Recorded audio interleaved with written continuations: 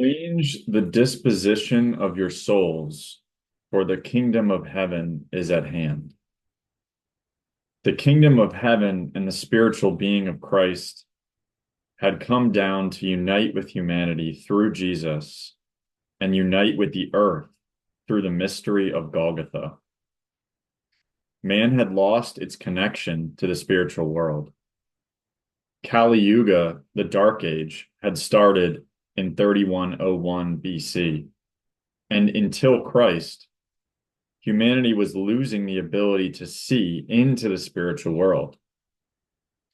And just when humanity was at its lowest point, depending solely on outer sense perception, furthest from the spirit, Christ descended and reversed the trajectory of mankind's connection to the spiritual within themselves and the spiritual around them. When we think of the ancient dreamlike clairvoyance that humanity experienced, this was prior to Kali Yuga. So in ages prior to that, people could see into the spiritual world. It was kind of something that was all around them. It wasn't something that was in question. There was no question that there was a spiritual world. There was no question at all. During Kali Yuga, there was a vague memory of this. So during this time, mankind, during this prior time, when they did have this clairvoyance, people could actually heal themselves when the spirit world would flow into them, going into a state of ecstasy. Now that we have a picture of the sort of ages preceding Kali Yuga and the descent of the spiritual connection from 3101 BC until Christ, we understand why Christ's incarnation in Jesus was so significant. Jesus declared, "The times have been fulfilled, and the kingdom of heaven is at hand." And so when we think about the Sermon on the Mount, Jesus really then departed from the masses where he could preach strictly to his disciples. And the Beatitudes, which were given on the Sermon on the Mount, they were occult teachings. They were hidden from the public at that very time. They were not spoken, only to disciples were they spoken at that time. But now that Kali Yuga has ended in 1899,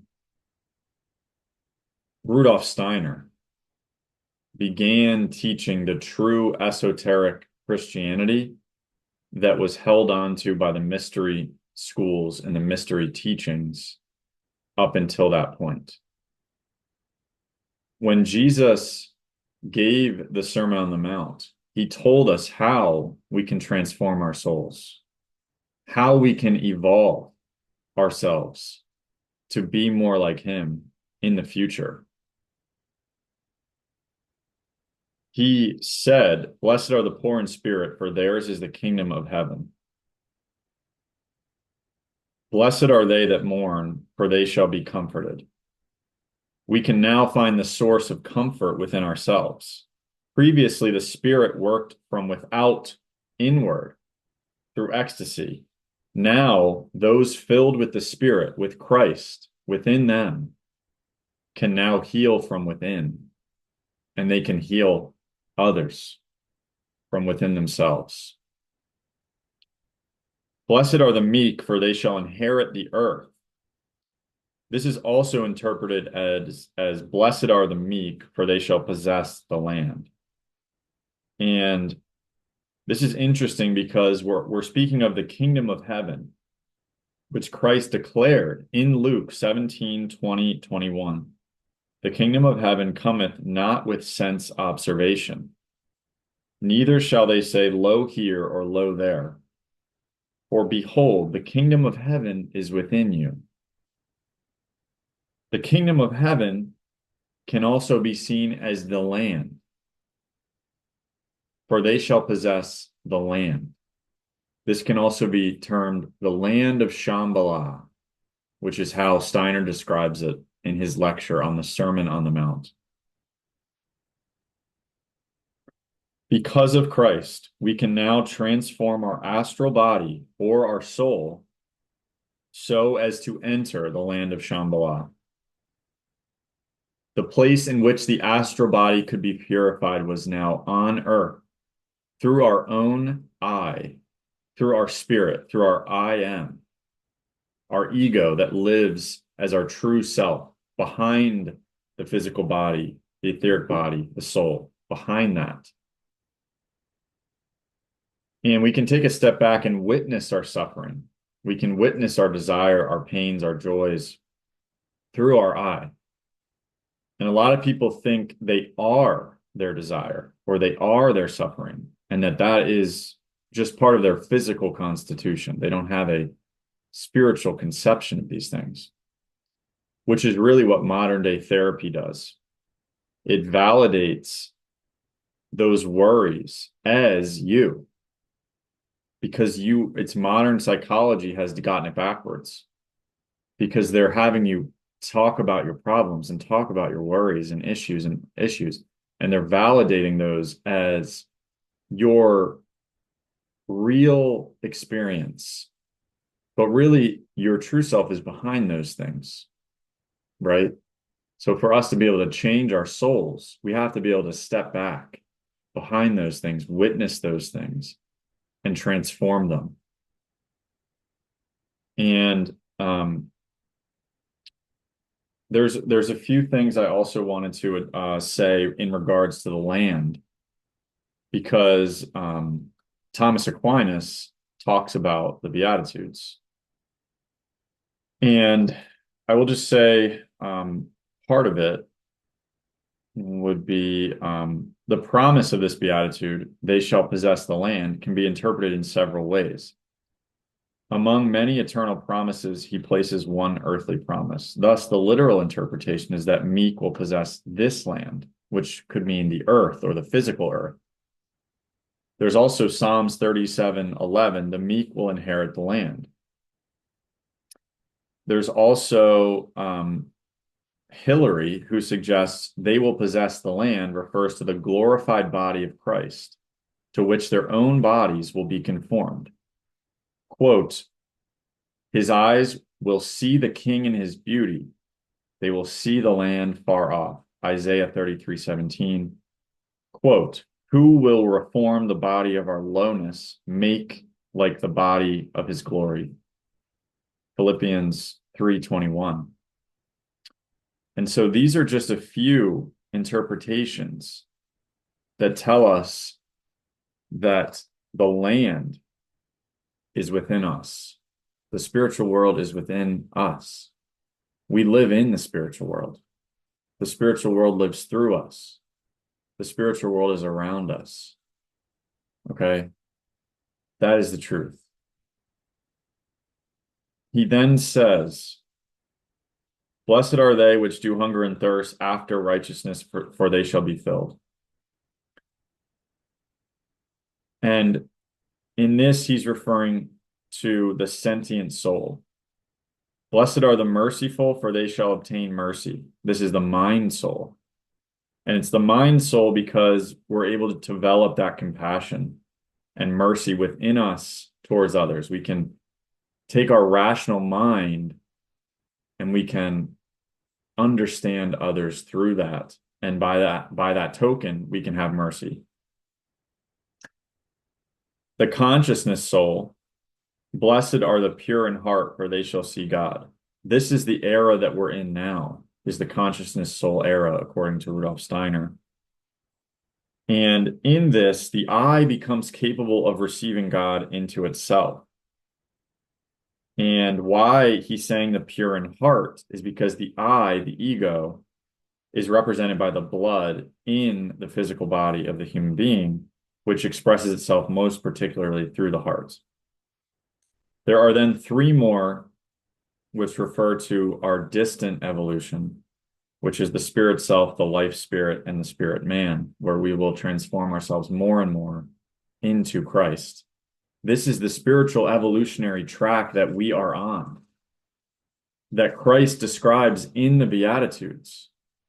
He gives us the path. He gives us the way that we can transform ourselves in a spiritual evolutionary concept. And I should have said this before, but 5:3 was physical body, chapter 5, verse 4, etheric, 5, verse 5 is astral body. 5:9, blessed are the peacemakers, for they shall be called the children of God, spirit self. Through the power of love and harmony, we will attain the spirit self. 5:10, blessed are they who are persecuted for righteousness' sake, for theirs is the kingdom of heaven. That's life spirit. And then spirit man, blessed are ye when men shall revile you and persecute you and shall say all manners of evil against you falsely for my sake. This is a vague reference to the spirit man. We are now in the age of light, where the spiritual world has been opened since 1899. For us, too, through our own individual faculties, we have the capability now to see Christ in the etheric realm, to have a Paul at Damascus experience. We have that opportunity now, and more people are coming out and describing and talking about their Christ experience. More and more people have seen Christ while meditating, while doing psychedelic drugs, while having immense suffering. There has been experiences of people who have seen the Christ, and through spiritual science, we are able to learn how to see the Christ in a sober, logical, scientific way. That's what spiritual science is all about. That's what spiritual science is for. Christ will never again incarnate in a physical body. This would not make any sense. And I'm sorry if this is shocking to some people. But think about it. He even says in the Apostles, I will come as I left. And how did he leave? He left in the clouds. He left in the clouds with the cherubim, right? And if you think about what the etheric realm is, it is sort of this land of, it's sort of this airy fairy sort of land, right? It's the spirit land that we are all within. We're within the spiritual world. We're spiritual beings. And so Christ is there. And Christ can act within us as well, if we allow him to. And so one of the main tasks of spiritual science is to provide support for those who have these experiences, because then they're not seen as crazy or put in mental institutions, which unfortunately does happen actually quite a bit. People end up thinking that they are the Christ after having the experience. This happened to Ram Dass's brother. This happens to people who use psychedelics. They have an overemphasis of the ego in this case, and it can lead to mental illness where people actually think they are Christ when they have this experience. But many people have seen the Christ. And so why would some religions say that that isn't Christ? Or would they say that? I'm not sure what their communication is to people about these things. But what I believe people think, and I don't know if this is the dogma of the Catholic Church or not, or if this is even what they believe, I should probably check. But many people sort of assume that he will come back in a physical body, and this can create many problems. This can create false messiahs and false Christs. And so what did he say in the Luke gospel that I said earlier?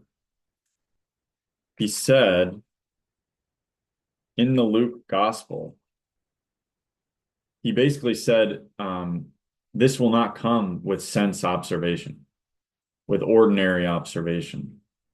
the fact that when he will return, it's not going to be, look there, look here, there he is. That's not how it's going to work. He said it. That's what he said.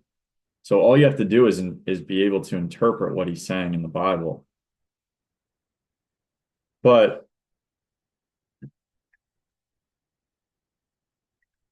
even if we do not, and if we do not directly perceive Christ in the land of Shambhala while we're here on earth, by studying spiritual science, by having a fiery living experience of spiritual science in your life, we will see Christ after death in the spiritual world, according to Rudolf Steiner.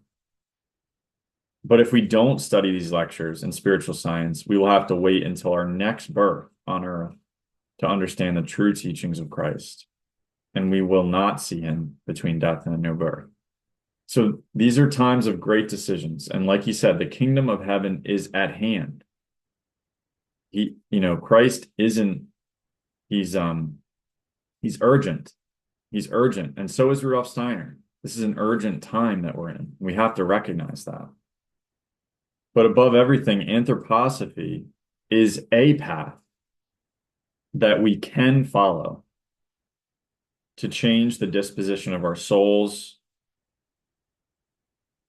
And we can do this through books like Knowledge of Higher Worlds, Occult Science, Philosophy of Freedom, Theosophy. We will be able to realize the kingdom of heaven that is within us. The holy land of Shambhala in ancient Tibetan writings was known as the fairy land, a spirit land. Human beings will then, with the changing of soul, enter the holy land of Shambhala, where Christ will be awaiting us.